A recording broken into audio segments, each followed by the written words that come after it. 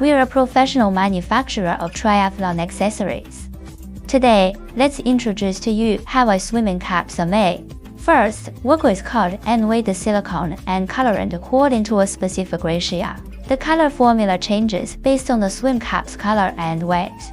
Next, the weight materials are put into a mixer for repeated blending. This complex process relies on worker experience to control time and strength. They mix until the material has an even color and good elasticity.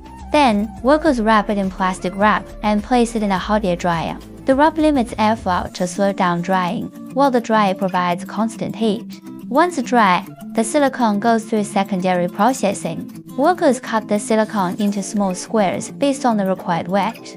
These are placed into molds and baked at a constant temperature to fit the inner walls. They cure and form in just a few minutes. After shaping, they are removed from the molds and tested for stretch and durability. This ensures every batch of swim caps meets design standards.